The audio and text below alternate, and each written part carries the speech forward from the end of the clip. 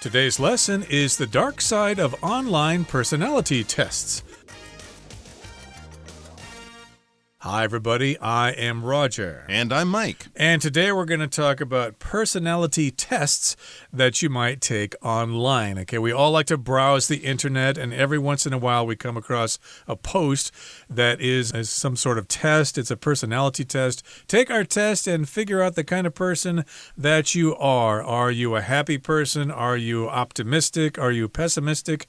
Are you outgoing? Are you an introvert? Etc., etc. Sometimes these tests can give us some ideas about the kind of people we are. I guess some of us are kind of lost, and we don't really know what kind of people we are, so we need to take these tests. There you go. They can be fun as well. People do it just for entertainment. As they're browsing social media, they might pop up. Sometimes they're a bit more serious. They'll use sort of standard method to sort of find out what kind of person you are. Sometimes they're much more lighthearted. Take our test and find out which friend's character you're most like and what that says about you or something. And more, we're also seeing them being used in job applications and things like that. So it's becoming a bit more normalized, a bit more sort of normal and standard. People don't think it's weird or strange to take these online personality tests. But there is a dark side to them. There are negative aspects to these, both from the tests themselves and also from the people who are putting the tests online and what might result from you clicking on a link and taking a test, as we're going to find out in our article. So let's listen to the first part of it, and then we'll come back to chat about it. The dark side of online personality tests. Which Disney character are you? What does your blood type say about you? Are you an E, an I? If you know the answer to any of these questions, you've likely taken some online personality tests. But do these quizzes actually offer meaningful knowledge, or is something sinister hiding behind the curtain of harmless fun? 大家好，第一部分介绍形容词 sinister， 指恶意的或是阴险的。例如 The story's villain is always hatching sinister plans to foil the hero. 故事中的坏蛋总是在想邪恶计划要阻扰英雄。或者 The movie created a sinister atmosphere with eerie music and shadows. 这部电影透过诡异的音乐与阴影，营造出阴险的氛围。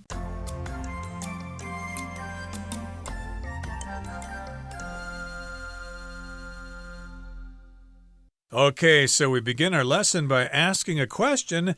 Which Disney character are you? Okay, so maybe you've come across a post like that and you'd like to figure out, gee, what kind of Disney character am I? Am I Donald Duck? Am I Mickey Mouse? Am I one of the Beagle Boys? Or any of those other hundreds of Disney characters there are? Yeah, I'd like to know. Am I Goofy? I bet everybody wants to be like Goofy. I'm not sure everybody does, but yeah, that would certainly be an interesting personality. Here's another one that you might have seen or even maybe done the quiz. What does your blood type say about you? So you might click on your blood type and it'll tell you, or it'll ask you some questions and sort of say, oh, you must be O, or you must be A positive or whatever, and what that says about you. And some people believe that says something about your personality. Here's another one. It's a bit more of a standard one. Are you an E? An I. Oh, okay. Anyone who's taken that, I believe it's the Myers-Briggs test. And this has become more popular. I think an E is an extrovert. You're outgoing. You're a people person.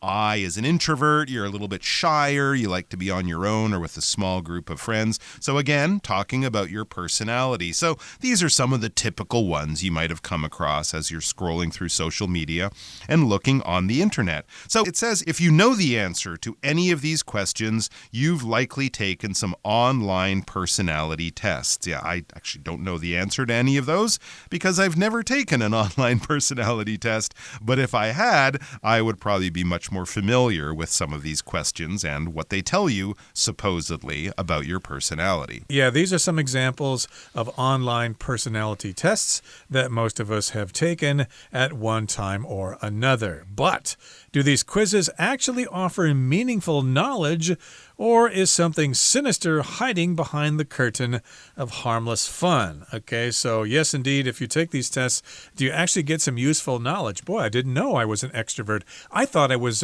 shy and withdrawn, but actually I'm an extrovert. I like to hang around people and make new friends and stuff like that. I didn't know that. So maybe these can be useful or practical, but we're also asking, maybe there's something sinister behind that curtain of harmless fun. Something sinister when it's bad, when it's evil, it's terrible, it wants to take over the world and destroy everybody. Is something sinister going on? Is maybe communist dictators are there waiting for the results of your personality test, so when they conquer your country, they can take you and torture you someplace like that. So yeah, is it something sinister, something evil? Is it behind that curtain of harmless fun?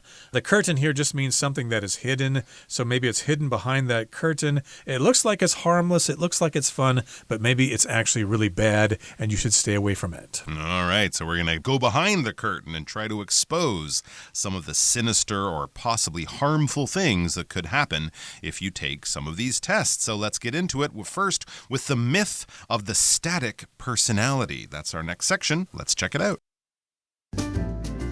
The myth of the static personality.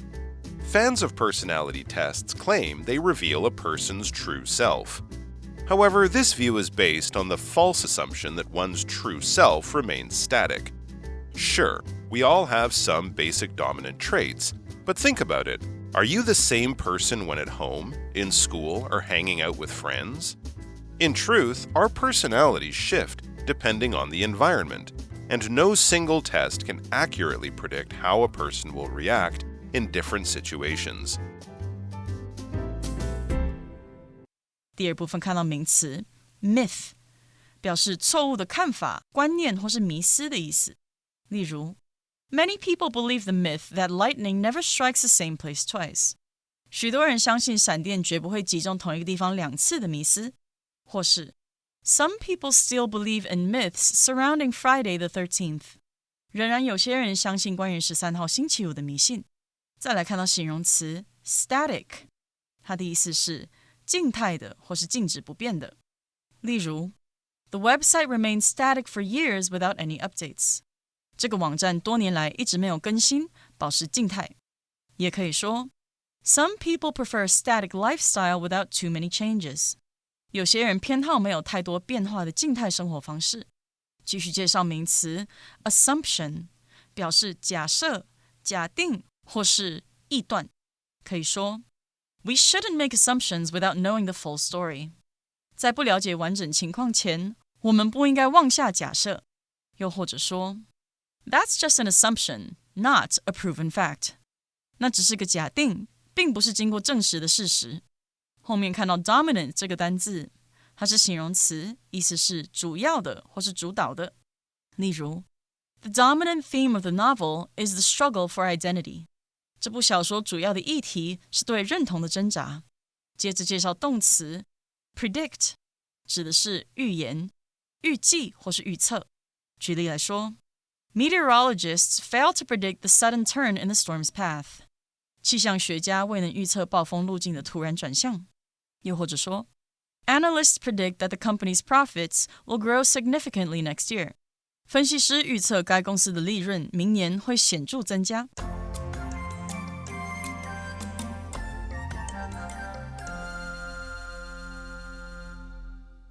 Okay, so the title of the second part of our article for today is The Myth of the Static Personality. Now, here we've got the word myth.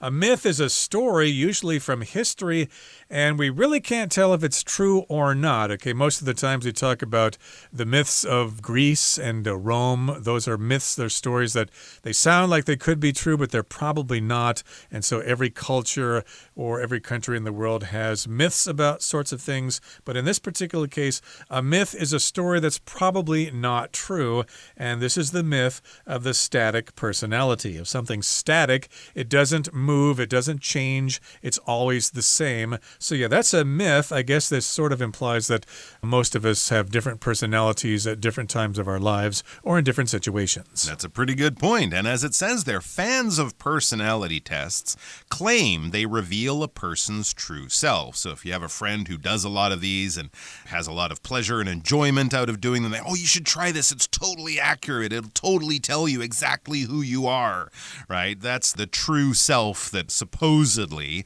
these quizzes and tests will help you figure out or expose. However, it says this view is based on the false assumption that one's true self remains static. Yeah, if you think about it for even a few seconds, finding out your true self is kind of a weird thing to say because we have moods. We change. We change day to day or hour to hour, never mind year to year or decade to decade. So this view, this sort of perspective or this opinion that they reveal your true self, they show you all this insight into your personality, it's kind of a false assumption. It's an assumption. It's something that you're assuming. It's kind of something that you're taking to be true without a lot of proof, just because it seems to make sense or it makes you happy. It's something that you want to hear, but it's a false assumption, all right? So if you meet someone and they're of a certain age, you might say, hey, so tell me about your wife and kids. And then the 55-year-old man says, oh, I've never been married and I don't have children. And you might think, oh, well, this person's so old, I just guessed that they had a family or something like that. That's an assumption, and it's incorrect. It's a false assumption, all right? So it's a false assumption. We often do this based on stereotypes. You might think that the pilot of your airplane must be a man because many pilots are male. Well, that's not always true. You can find a young woman and you find out, oh, she's been flying big airplanes for 10 years or something like that.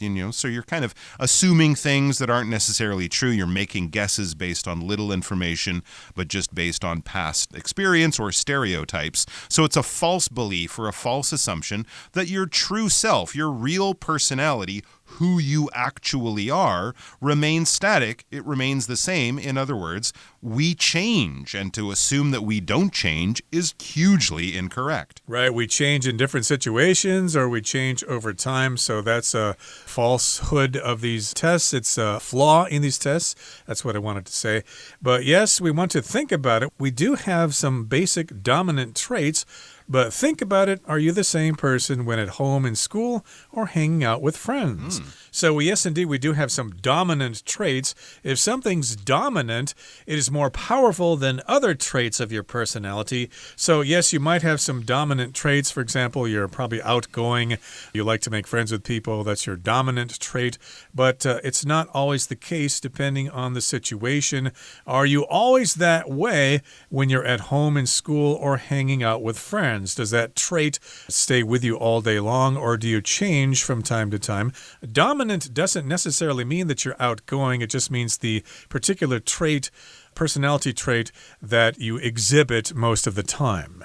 Of course, when you go to a party, you might be very chatty and friendly, but when you're at home, you like to be kind of quiet. And someone might say, hey, why don't you talk so much at home? Well, that's just who I am. It says, in truth, the reality is, the true facts are, our personalities shift depending on the environment, and no single test can accurately predict how a person will react in different situations. Yeah, that's absolutely the truth if you think about it. Our personalities, who we are, how we behave, that kind of thing, it changes or it shifts depending on the environment. If we're at work, we might be very serious. When with our friends, we might be very fun. And when we're at home, you might be very quiet. It depends on where you are, who you're with, and also just how you feel that day. So no single test, especially the ones that are available on the internet, can accurately tell or predict or sort of show us how a person will react in different situations. To predict, we often use this to talk about the future and what we kind of think will happen based on experience and knowledge,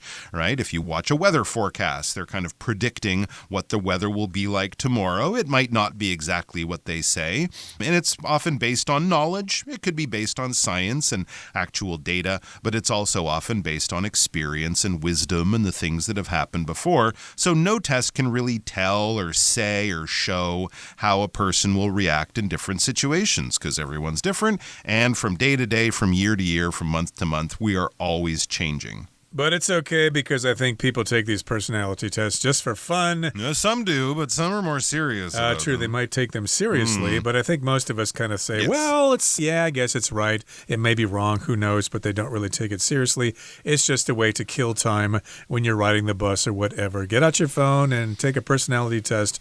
But yeah, most of the time it's just for fun. Okay, let's move on now to the next paragraph, which is entitled, Introverts need not apply. This is when we're talking about personality tests being used in job applications. So let's find out what this is all about. Introverts need not apply. If you're taking quizzes to compare yourself with your friends, their lack of accuracy doesn't really matter. But what about when such tests are given real-world applications? Many companies use tools like the Myers-Briggs test when making important hiring decisions. Imagine being refused a promotion because you were found to have a certain personality type or scored high for indecisiveness. 第三部分看到名词 accuracy 表示准确性或是精确性。例如 Norman questioned the accuracy of the study's results. Norman 质疑此研究结果的准确性。也可以说 Although the movie is based on a true story, I question its accuracy. 虽然这部电影是根据真人真事改编，但我怀疑它的正确性。最后看到 application 这个单字，它是名词，表示应用。我们可以说 This chemical has several industrial applications. 这种化学物质有好几种工业用途。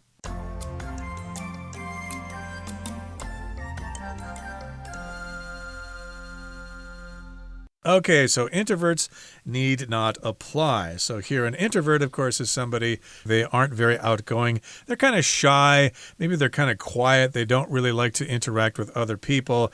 And I think most companies are looking for outgoing people. They're looking for extroverts. So maybe some companies are saying, introverts need not apply. You don't need to apply for this job because you're not going to get the job. You're just wasting your time and you're wasting our time. Wow, interesting. So it says if you're taking quizzes to compare yourself with your friends, their lack of accuracy doesn't really matter. All right. So if you're doing it just for fun, it doesn't really matter if the test is accurate or not, if it's true or not, if it really gets to some facts, some truth, some real helpful insight into your personality. So accuracy is basically how close to the truth or how close to the correct answer something is. When we're talking about the accuracy of a weather prediction, that might be less important than the accuracy of a scientific research, of an experiment in a lab.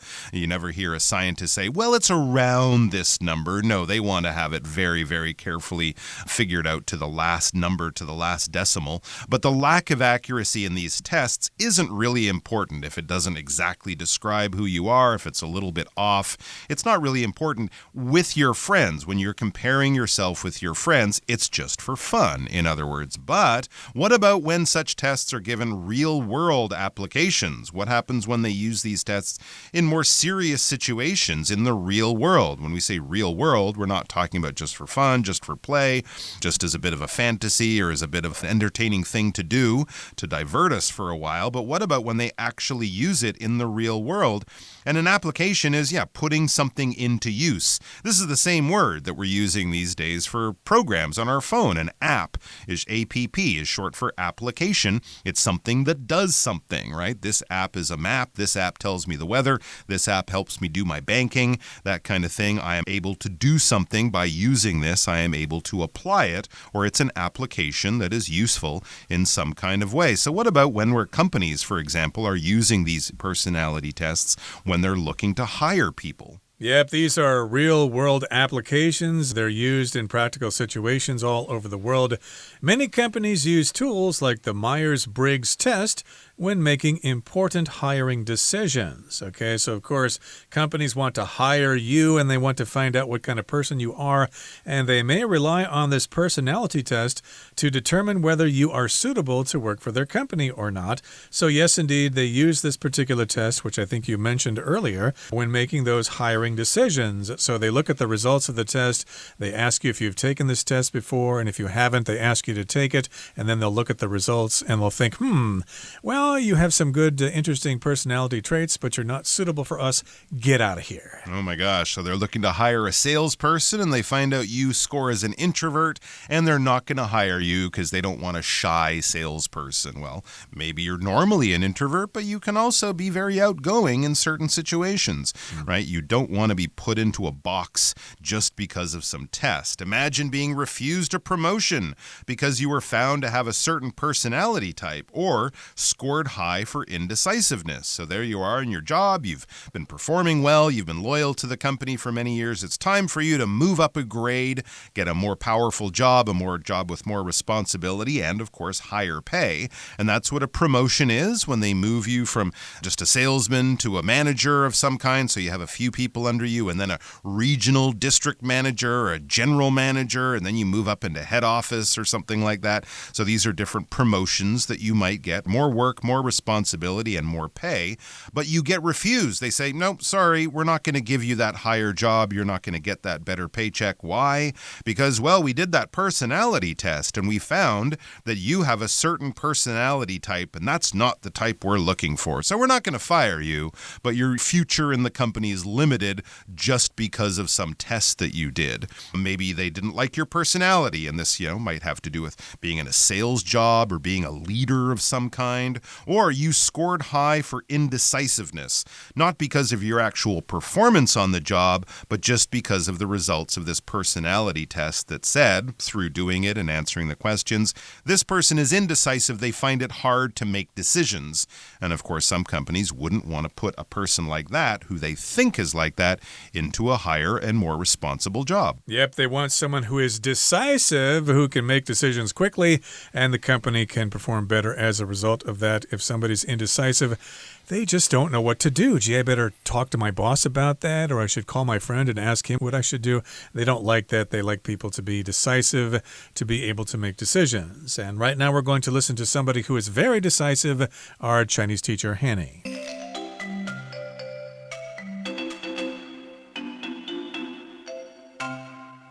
各位同学大家好，我是 Hanny。 我们来看今天的文法重点。课文第二部分有一句提到，我们都有一些基本的主导特质。那文中用到形容词 dominant 来描述主导的，我们来学它的字根。好，看到 dom 或是 domin 这一类字根表示统治、控制还有房屋房舍的意思，那都是跟领地有关。在 dominant 这个字当中， domin 表示统治， ant 是形容词字尾，那合在一起 dominant 就表示主要的、主导的或是具有支配性的。如果把这个字尾 ant 改成动词字尾 ate 变成 dominate， 它具有支配、主导或者是在点点点当中占有首要地位的意思。好，顺便补充其他也有 dom 或者是 domin 这一类字根的单字。第一个是 dominion， 它是拼作 dominion， 那字根 dominion 表示统治， ion 是名词字尾，合在一起 dominion 表示统治、管辖，它还有领土的意思。第二个补充 domestic， 它的字根 dom 表示房屋，字尾 ic 是形容词字尾，那 domestic 就可以用来形容家庭的，或是形容国内的、本国的。第三个补充的是 domicile 或者是 domicile， 那它的字根 dom 表示房屋， icile 这部分表示居住，那合在一起 domicile 就表示住处、住所。那这个单字主要是法律用字，像如果我们说 report one's change of domicile， 就表示通报更改住所的意思。课文接着请读者想想看，你在家里、学校或是跟朋友相处时是同一个样貌吗？事实上，我们的性格是会根据环境而转变的。文中是用 depending on the environment 来表达根据环境。那 depending on 它是独立分词片语，相当于 according to， 用来表达取决于什么什么，根据什么什么来看。之后可以接名词或名词子句，例如 This cake can serve 4 to 6 people, depending on how you slice it.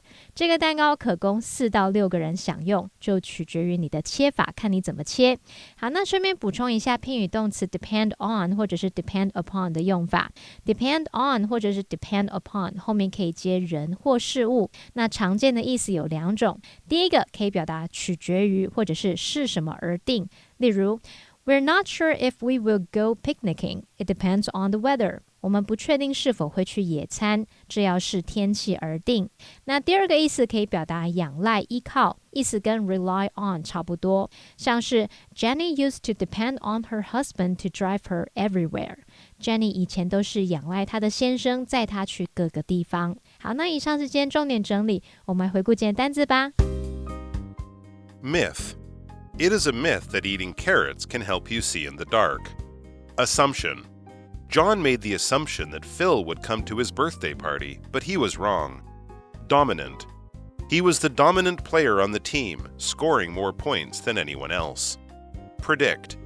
I predict that Leo and Sarah will get married this year because they've already been dating for several years. Accuracy.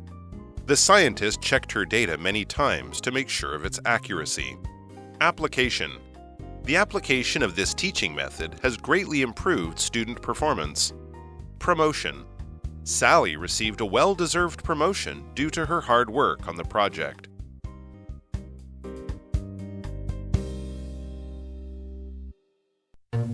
Well, that brings us to the end of another edition of our program, and please make sure you join us again next time. From all of us here, I am Roger. I am Mike. See you next time.